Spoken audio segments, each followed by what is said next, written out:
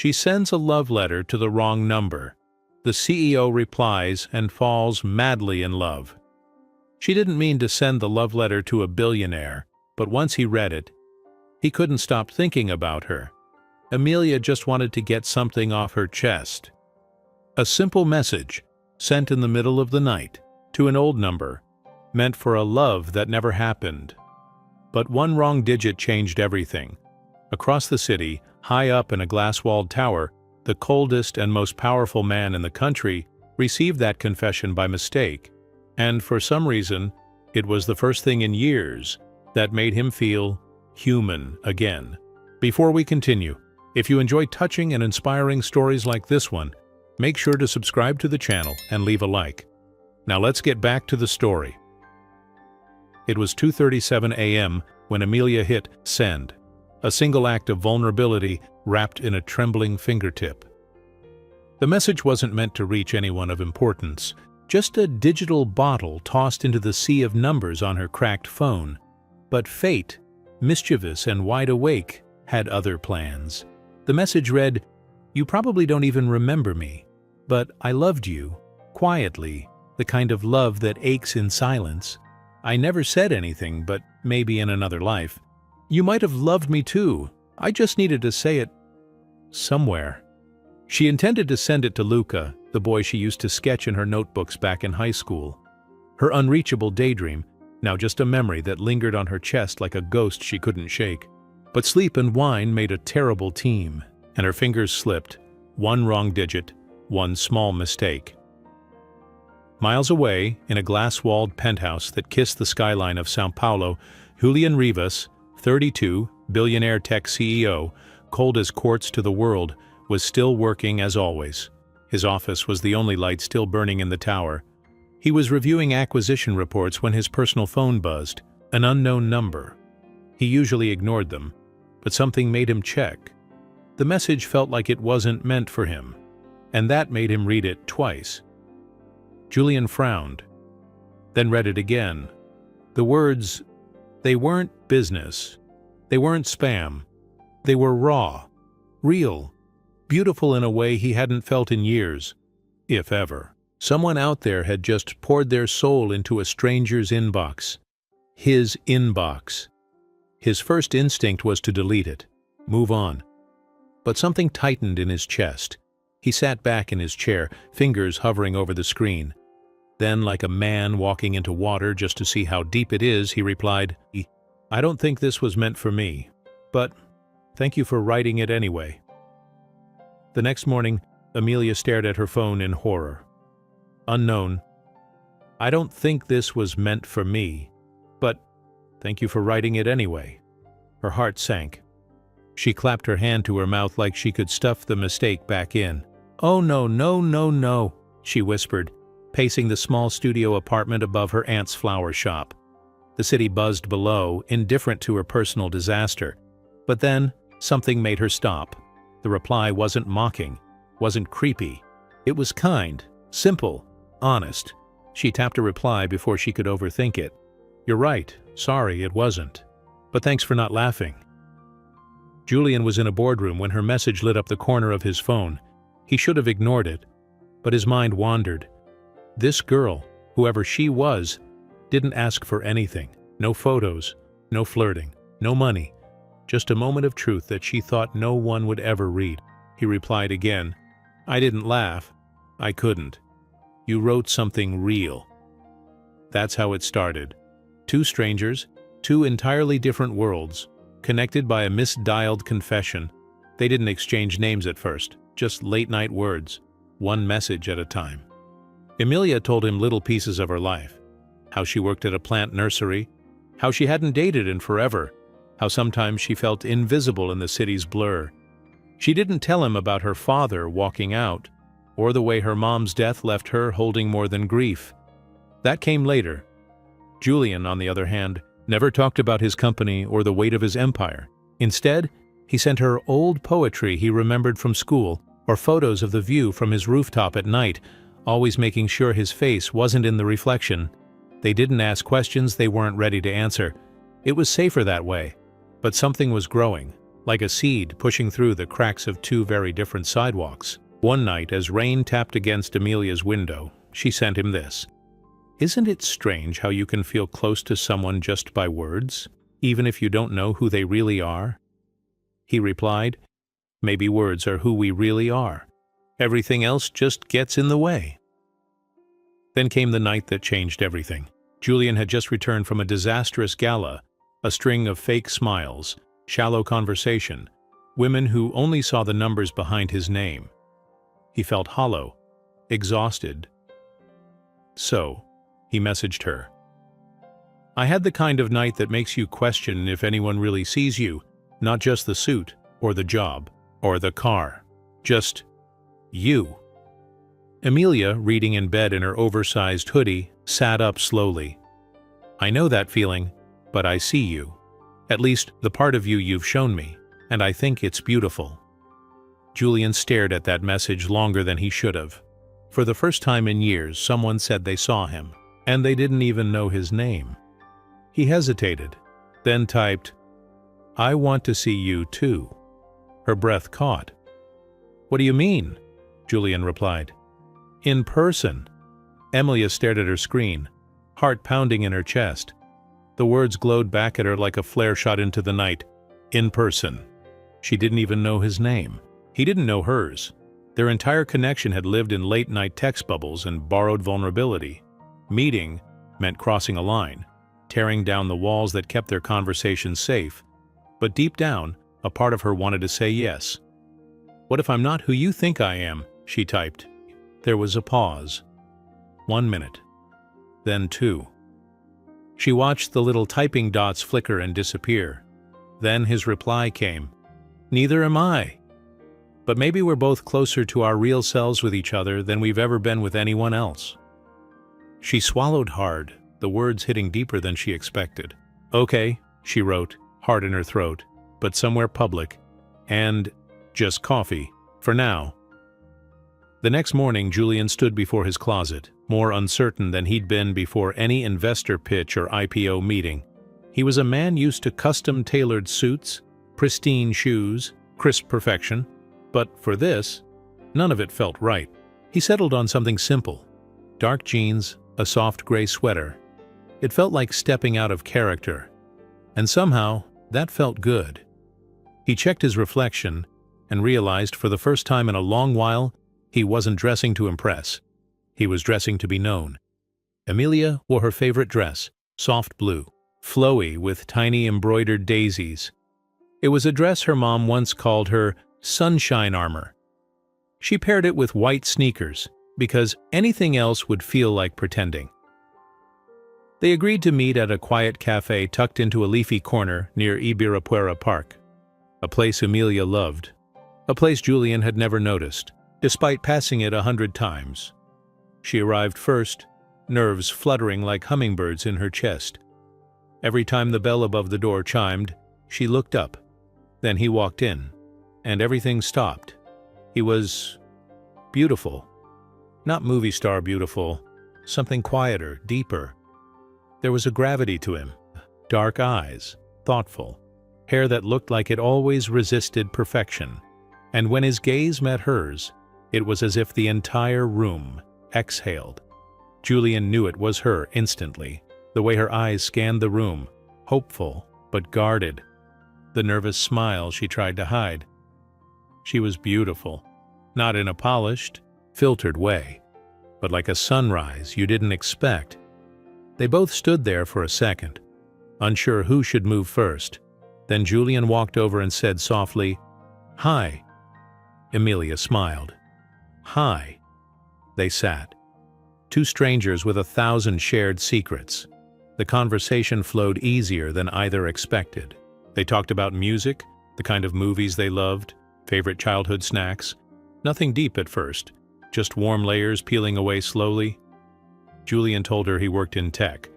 Mostly boring stuff, he said with a grin, carefully sidestepping his real identity. Amelia didn't push. She wasn't there for status. She was there for whatever this strange, tender thing between them was becoming.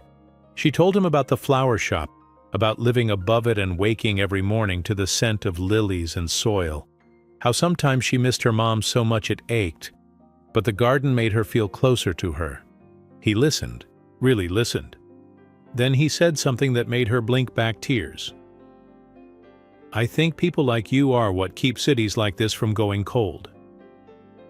She couldn't reply to that, so she smiled and looked away, biting her lip. They spent 2 hours there. Then 3. The world outside kept moving, but their little bubble didn't pop. When it was time to go, Julian offered to walk her home. They strolled slowly through the late afternoon light, the sun draping gold over the sidewalks. As they passed a vendor selling roses, Julian stopped, looked at her for a moment, and bought a single white rose. No grand gestures, just handed it to her without a word. She took it, quietly, brushing her cheek against the petals. As they reached the flower shop, Emilia turned to him. "I still don't know your name." He hesitated, then gave a soft smile. "Julian." She nodded. "I'm Emilia." They stood in silence, something crackling between them. A question neither knew how to ask. Then she leaned up gently and kissed him on the cheek, a touch barely there. "Good night, Julian." He watched her disappear behind the shop door, and for the first time in years, Julian Rivas didn't want to go back to the penthouse. He just wanted to stay in front of a flower shop where a girl in a daisy blue dress had made his world feel less empty. But not all beautiful stories are left uninterrupted. The next morning, Julian walked into a meeting with his board. He was still smiling, still carrying the warmth of Emilia in his chest. Then his assistant whispered, "There's a piece running online this morning. They found out about your night at the cafe. Someone recognized you. Photos leaked." Julian's smile vanished. He opened his phone. There it was. A blurry photo of him, handing a rose to a girl in a blue dress. The caption screamed, "Mystery girl melts Brazil's ICE CEO. Who is she?" His stomach dropped. They were coming for her. Emilia's phone buzzed before sunrise. Still half asleep, she rolled over and blinked at the screen. 13 missed calls, 27 messages, all from numbers she didn't recognize. Her heart thudded. She sat up confused, then opened one of the texts. "Is it true? You and Julian Rivas? OMG, you're famous. Julian Rivas." She froze. No one was supposed to know. Her fingers trembled as she tapped open her browser, and there it was, the photo. Him, her, the rose. The quiet little cafe that felt like a dream just yesterday, now splashed across gossip blogs, social media, even a major business site with the headline, "Julian Rivas finally falls? Mystery woman steals the Ice King's heart." She stared at her own face, caught mid-laugh, frozen forever in the internet's ruthless memory. "Julian," she whispered, more to herself than to the room. Julian was already pacing when his driver pulled up to the flower shop that morning. He hadn't called. He didn't want to scare her. But he couldn't stay away. Not when the world had burst their bubble overnight. As he stepped out, he saw her standing behind the glass, talking to her aunt, her face pale and full of disbelief. When Emilia turned and saw him through the window, something in her expression shifted. Fear? Anger? Hurt? He pushed the door open, and the familiar scent of eucalyptus and jasmine greeted him, but this time it couldn't soften what had changed. "Emilia," he said gently. She didn't answer right away, just folded her arms across her chest and looked at him like she didn't know who he was anymore. "You said you worked in tech," she said, voice low. "You didn't say you were Julian Rivas." "I know," he admitted. "I should have told you. I was going to. I just didn't want it to change the way you saw me." She blinked hard. "And now the world sees me, with you." "I'm so sorry," he said, taking a step closer. "This wasn't planned. I didn't tell anyone. I didn't even notice someone was taking pictures. I swear." Emilia wanted to believe him. A part of her did. But the other part, the part that had finally let someone in, that had believed this could be something quiet and safe, that part was scared. "You don't understand what this means," she whispered. "You'll be fine. You're used to this. But me? I'm just me." "You're not just anything, Amelia," Julian said gently. "You're the first real thing in my life in years." The words landed with weight, but she shook her head. "I need time." He nodded. "Take all you need. Just don't shut the door." Then he left, the bell over the door jingling softly behind him, the sound of something fragile cracking. By the next day, her phone still hadn't stopped buzzing. Influencers were tagging her. Bloggers were hunting for her old photos. Her followers ballooned overnight. A few girls from school even messaged her like they were best friends. But most of it was noise. White-hot, invasive, empty noise. Julian hadn't messaged since their conversation, and though her heart ached, she didn't reach out either. Until Tuesday night. That's when she saw it. A video, posted by someone from the cafe. Grainy footage of Julian handing her the rose, followed by a clip of them laughing, leaning close. The caption? "So this is what makes the Ice King melt. She's cute, I guess." The comments were worse. "Bet she's after his money. She looks like she works in a bakery or something, lol. Give it 2 weeks, she's not his type." Emilia's chest tightened. It wasn't the fame. It was the way people peeled her open like she was fiction, someone to judge, to measure, to reduce. She closed her laptop and sat in the dark, the glow of the screen still haunting her face. She almost didn't hear the knock on the door. But she opened it anyway, and there he was, Julian. Soaked from the rain, holding a bag of takeout in one hand and a daisy in the other. "I know I said I'd wait," he said, "but I couldn't.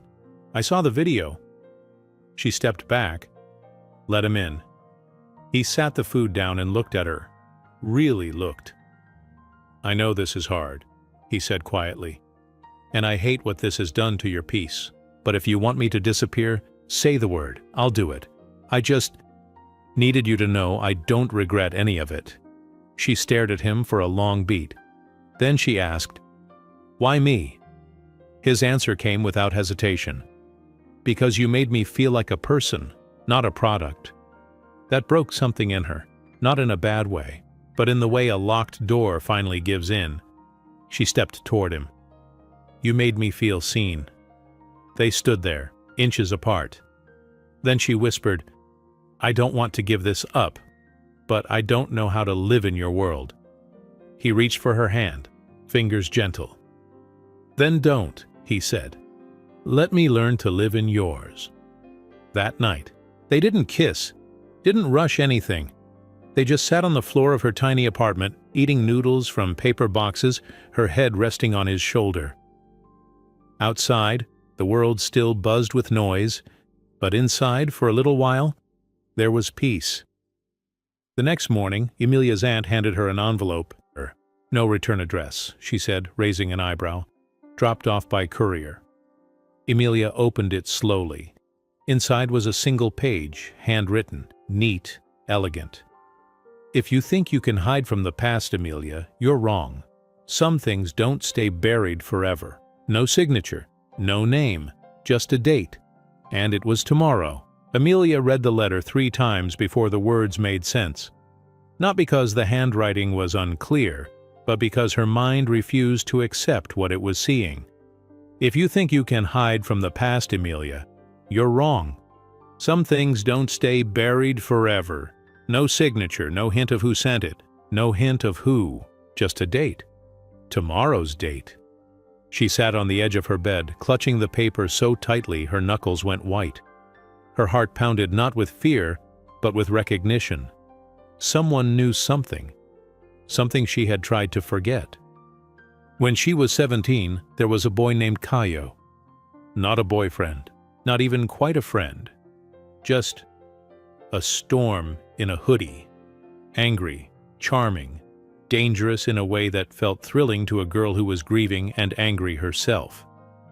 For a few months, they were inseparable, riding the subway until the last stop, breaking into construction sites to scream under the stars, swapping secrets too heavy for daylight. Then one night, something went wrong. A fight, shouts, glass breaking, a store window shattered.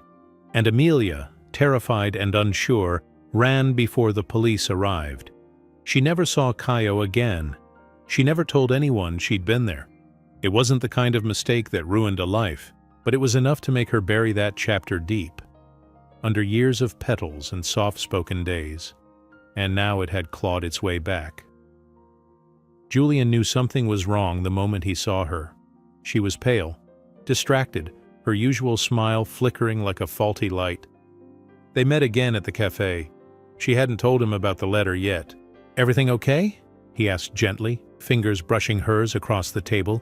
She hesitated, then slid the envelope toward him. He read it silently, his jaw tightening. When he looked up, his eyes weren't just concerned. They were protective. "Do you know who sent this?" he asked. She nodded once. "Barely." "Maybe. I'm not sure. It's someone from before." Julian didn't press, but he leaned forward, eyes steady. "Whatever it is, you're not alone anymore." And for the first time, she let herself believe that might be true. The next day arrived with heavy skies, as if the world itself held its breath. Amelia spent the morning rearranging succulents in the shop, pretending the letter didn't exist, but her eyes kept darting to the clock. When the bell over the door finally chimed, she turned, expecting a customer. But it wasn't. It was him. Older now. Hair shorter, eyes harder, but it was him, Caio. He walked in like no time had passed, like he belonged there. And for a second, Amelia couldn't breathe. "Long time," he said, hands in his pockets. "Nice place. Flowers suit you." She didn't speak, just stared. Caio tilted his head. "I didn't come to cause trouble." "Then why send that?" she asked, voice low. He gave a shrug that masked something deeper. "I didn't know how else to get you to talk to me." Julian stood behind the counter, unseen by Caio. He had come in through the back, bringing her lunch. But now his entire body stilled, eyes locked on hers, waiting for a signal. Amelia glanced at him once, a silent, "Don't." Then back to Caio. "What do you want?" she asked. He looked down. When he spoke, his voice wasn't cruel. It was cracked. "I just wanted to say I'm sorry." That caught her off guard. "For what?" "For letting you take the blame in my head all these years," he said. "You ran that night, and I told myself you were weak, but I was the one who left you there. I never got caught, Amelia. I got clean, got boring, and still, I think about it." She didn't know what to say. 1,000 things rose to her lips. Accusations, confessions, old teenage rage, but none of them felt right anymore, so she just nodded. "I forgive you," she said softly. "I forgave you a long time ago." Caio looked like he might cry, but he just smiled instead. "You turned out okay?" he said. She smiled back, almost laughing, still figuring it out. Then he left. No drama, no chaos, just a door closing. For good. That night Julian and Amelia sat on the rooftop above the flower shop, legs dangling over the edge, sharing a blanket. He had listened to her tell the full story, every detail, and when she finished, he just reached for her hand. "I don't care who you were," he said, "only who you are." She leaned into him. "And who am I?" He looked at her like he'd already known the answer forever. "Someone brave enough to love quietly, and strong enough to be loud when it matters." She kissed him, softly, finally, and the world didn't fall apart. It bloomed. But outside the shop, parked across the street, sat a sleek black car. Inside, a woman with red lips and cold eyes watched through tinted glass. She held a photo in her hand, Julian and Amelia, smiling, kissing. She tapped her fingers once, then made a call. "Yeah, it's her. Let's move." The next morning dawned quiet and warm, as if the storm of the past few days had finally passed. Amelia awoke with sunlight pouring through the sheer curtains, and for the first time in what felt like forever, her chest didn't feel heavy. Julian had stayed the night, Not in her bed, but on the couch downstairs, wrapped in a quilt and surrounded by the scent of rosemary and orchids. He made her coffee. He kissed her forehead. He smiled like a man who was finally exactly where he wanted to be, but the peace wasn't built to last. Not when someone was watching.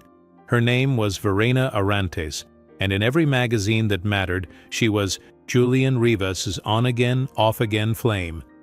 Fashion mogul, heiress, ruthless and beautiful. With a smile that cost more than most people's yearly rent. She hadn't cared about Julian in months. Not until he stopped caring about her. But now she was watching his name climb through trending lists, this time linked not to an IPO or a luxury product, but to a girl in sneakers who sold succulents. And Verena wasn't the kind of woman who liked being replaced, especially not publicly, especially not by nobody. Julian had just left Emilia's apartment when Verena showed up at the flower shop, unannounced, dressed in crisp white and oversized sunglasses, a presence too sharp for a place so soft. Emilia was watering violets near the window when the door opened. She turned with a warm smile, one that froze mid-air the second she saw the woman's expression. "Can I help you?" Emilia asked carefully. Verena didn't return the smile. She looked around the store with the thin-lipped precision of someone appraising a thrift shop. "I'm here to warn you," she said, not even bothering with small talk. Emilia blinked. "Excuse me?" Verena removed her sunglasses and met Emilia's eyes with a gaze like ice through glass. "Julian's not like you, and you're not like me. He doesn't belong in this world, and you don't belong in his. This, whatever this is, it's cute, but it's temporary." Emilia's breath caught in her throat, but she stood up straighter. "If you came here to intimidate me, you might want to try again when I haven't already buried bigger demons." Verena smirked, clearly amused. "Sweetheart, I'm not here to scare you. I'm here to give you a chance to walk away before you get hurt." "I'm not afraid of you," Emilia said quietly. "You should be afraid of what comes with him." And with that, Verena slipped her sunglasses back on and walked out, heels clicking like punctuation. Julian heard about the visit before Emilia even had to tell him. His assistant had called to warn him that Verena was stirring up press again. He rushed back to the flower shop, heart racing. "I'm so sorry," he said as soon as he saw Emilia. "She's complicated. She's not over being the center of attention, and she hates being left." Emilia leaned against the counter, arms crossed, but her voice was calm. "She said I don't belong in your world." Julian stepped closer. "She's wrong." "Is she?" Emilia asked. "Look around, Julian. This is my world. Plants, dust, small joys. You live in penthouses and private jets, and I'm still learning how to use a dishwasher from 1994. He reached for her hand. "I don't care about any of that. I care about you. With you I feel human again, like my life has color." Emilia held his gaze, her walls up, but cracked. "I'm scared," she admitted. "I am too," he said. And that was the truth neither of them had said out loud until now. But the media storm wasn't done with them. That night photos leaked. Old ones. Emilia, younger, angrier, standing beside Caio at a protest that had turned chaotic. Nothing criminal, nothing illegal, but enough to raise eyebrows, enough to stir rumors. The headline said it all. "Julian Rivas's new girlfriend has a dark past?" Emilia read it with shaking hands. Julian called her seconds later. "Don't read the comments," he said. "It's already being taken down. I have a legal team on it." But she wasn't crying. She wasn't panicking. She was quiet. "They're going to keep digging, Julian," she said. "You've lived your whole life under glass. I haven't. I've made mistakes, and now they're going to make me into someone I'm not." "They don't matter," he said firmly. "They do when they decide who I am before I even open my mouth." Julian didn't have an answer for that, because she was right. The next day, Emilia didn't open the shop. She sat in the back room, surrounded by wilting lilies, wondering if she was strong enough for a love like this. Then her phone buzzed. A message from Julian. Just a photo of his childhood home, a tiny, humble place in the countryside. Cracks in the walls, wildflowers in the yard. "This is where I started," he wrote. "I've built a lot. I've lost more. But what I want most now is something that feels like home. And you do." Tears filled her eyes. She didn't reply with words. She walked out the door, through the crowded street, and straight to his building. And when he opened the door, she just said, "I don't care how loud the world gets. I choose you." But in a hotel suite across town, Verena sipped wine and watched the news with narrowed eyes. She wasn't finished. And the next move wouldn't be a warning. It would be a war. The morning after Amelia walked back into Julian's arms, the world should have been brighter. But instead, it was louder. Paparazzi staked out the sidewalk in front of her flower shop like wolves around a campfire. Cameras flashed the moment she stepped outside to unlock the gate. A reporter even tried to hand her a mic. "Amelia! Amelia! Is it true you were involved in a criminal riot at 17? Is Julian Rivas dating a liar? Are you using him to launch your own brand?" She didn't say a word, just turned, locked the gate again, and went back upstairs, her hands shaking, throat tight, face burning. From the window above, she watched them swarm like ants. And it hit her. They weren't going to stop. Not because of Julian's lawyers, not because she said nothing. They were going to keep twisting her life into headlines until there was nothing left of her quiet, beautiful world. Julian arrived 30 minutes later. He brought breakfast and a plan. "I hired a private team, ex-military, some of the best in media protection. We'll keep them back. I'll get you out of here for a few days. Let them cool down. We can go to my beach house in Ilabella." "No," Amelia said softly. He blinked. "No." She stood in the doorway, arms folded across her chest, hair still damp from a shower she didn't enjoy. "I don't want to hide, Julian. That's not who I am." His shoulders dropped with quiet admiration. "Then what do you want to do?" She took a breath. "I want to speak." That afternoon, Amelia posted a video. Just her. No makeup, no filters, no lights. Her phone balanced on a stack of books, a houseplant hanging lazily behind her like an unbothered witness. She looked straight into the lens and said, "Hi, my name is Amelia Moranos. Some of you know me now as the girl dating Julian Rivas.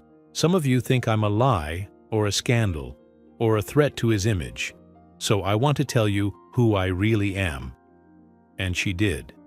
She talked about her childhood, her mother's death, her love for small things, the mistakes she made, the boy she once followed into a fire, and the woman she became when she walked away from it. She didn't cry.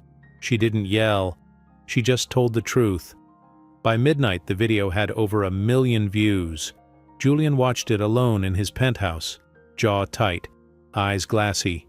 She didn't mention his name once, but every word was about him, or rather, about why she still chose him, even when it would have been easier to walk away. He called her that night, told her he'd never been more proud of anyone. Then he said, "Come with me this weekend, one night away. No press, no cameras, just us." And she said yes. Ilabella was a quiet dream. His beach house wasn't flashy, all wood and windows and wind chimes. It was the kind of place where you could hear yourself breathe, where laughter didn't echo, it just settled into the sand. They swam. They cooked dinner together barefoot. They danced in the living room with the radio humming some old bossa nova tune neither of them knew the words to. It felt like how love should feel. Soft, real, earned. That night, under a ceiling of stars, Julian touched her face and said, "I love you." She smiled, no fear left in her eyes. "I know." But across the water, trouble was catching up. Verena's final play wasn't gossip, it was corporate. She'd been quietly acquiring shares in Julian's company, not enough to take control, but enough to cause chaos, enough to get inside the boardroom. And that's exactly where she went. Monday morning, dressed in blood-red silk and a victory smile, she dropped a stack of files onto the mahogany table. "Personal misconduct," she said, "leaked financials, and the company's public image is drowning." One of the executives cleared his throat. "You're suggesting he steps down?" Verena folded her arms. "I'm saying if you don't remove him, your stockholders might." Julian got the call before lunch. His legal advisor's voice was strained. "They want a vote, Julian, tomorrow. They're calling it a reputation review, but you know what that means."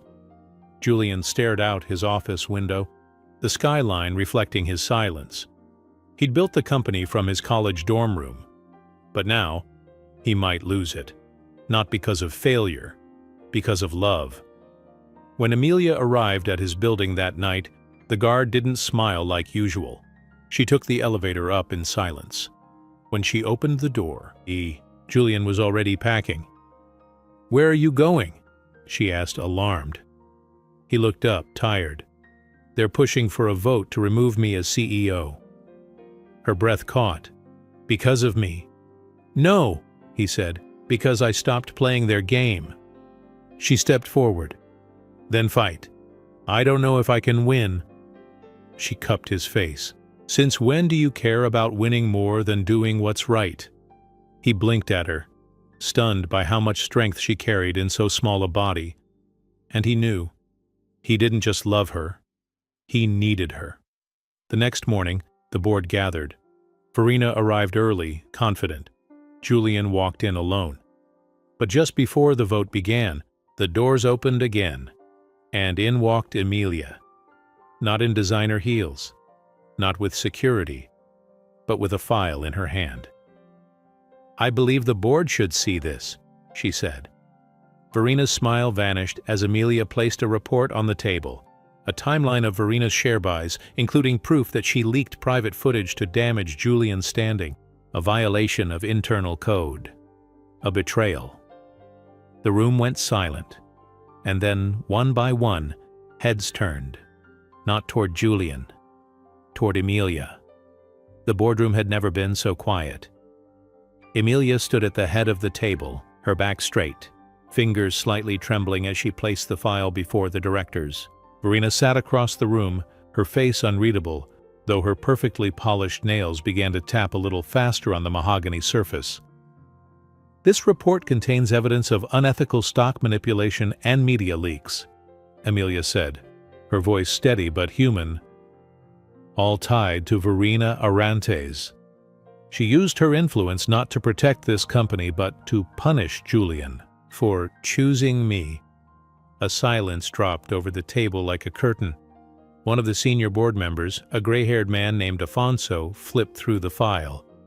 "This is detailed," he muttered. "And verified?"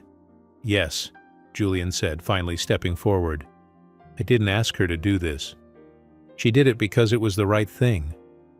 His eyes flicked to Amelia, and in them lived something no title could buy: trust. Afonso looked up. "Then I suggest the vote shift direction, not to remove Julian Rivas, but to remove Miss Arantes from any further influence over this board." The nods were slow at first, then decisive. Verena stood, calm but wounded. "You think this changes anything? The public won't forget her past." Julian stepped beside Amelia. "No, but they'll remember who stood beside her." Verena didn't respond. She didn't have to. She just left the room, red heels echoing like a closing chapter. And with that, the war was over. 2 weeks later, the headlines told a different story. "Julian Rivas remains CEO, credits his girlfriend with saving his career." Emilia Maraños, the girl who stood tall in the storm. And then, quietly beneath the noise, life began to soften again. The reporters left the sidewalk. The viral wave passed. And for the first time in months, Amelia's flower shop bloomed without flashes going off outside. She reopened the store. She replanted what had wilted, and when customers asked for that girl from the internet, she simply smiled and said, Just Amelia's fine. Julian came by almost every afternoon now. Not in suits, not in a rush. Sometimes with new books, sometimes with lunch, sometimes just to sit and read while she arranged lilies in the back. Their lives, once so far apart, now moved in rhythm. One morning, he showed up early. Too early. "Why are you here at 7 a.m.?" Amelia asked, still in pajamas. He held up 2 plane tickets. "Because we need to go somewhere." "Where?" "Back to where this all started." They flew to a tiny beach town on the coast, not Il Habella this time, but a quiet village where Amelia used to visit with her mom. Julian booked a small cottage, no staff, no paparazzi, just them. One evening they walked the shore barefoot, the tide brushing their ankles, stars blinking to life above them like old friends returning. Julian stopped. "I never told you something," he said. Amelia looked at him, curious. "The night you sent that message, I was going to quit everything." She blinked. "Quit?" "I felt empty. I didn't see a future where I wasn't just a name and a net worth. I had no one to talk to, no one who knew me without wanting something." He reached into his pocket and pulled out her letter, the one she accidentally sent, crumpled, printed, but whole. "I printed it. I don't know why. I just couldn't delete it. Something about your words." He took her hand. "They reminded me I still had a heart." Her eyes filled. "I was just screaming into the dark," she whispered, "and I was the one who heard you." Then slowly he knelt in the sand, not flashy, not dramatic, just real, a velvet box, a simple, elegant ring. "I don't need more noise. I just want you. Will you marry me?" Tears spilled from her eyes as she dropped to her knees too, wrapping her arms around him before she could even say yes. But she whispered it against his neck. "Of course I will." They didn't rush the wedding, didn't sell the story to magazines. They married 6 months later in a garden behind the flower shop, under strings of warm lights and wild blooms that Amelia arranged herself. Julian wore no tie. Amelia wore daisies in her hair. It was imperfect and perfect. And somewhere in the crowd, as the music played and laughter floated into the night air, someone cried. Not from sadness, but from remembering that love, when it's real, doesn't care where you come from or what you've survived. It just finds you, even if you send it to the wrong number. And in the end, they turned a message meant for someone else into a life built for each other. Not because fate forced it, but because when life offered them a second chance, they said yes. The end. We've all sent words we wished we could take back, or stayed silent when we should have spoken. But sometimes, even a mistake can become the first page of something beautiful. So let me ask you this. If you could send a letter to one person, no names, no expectations, just honesty, what would you say? Drop it in the comments. You never know who might be listening.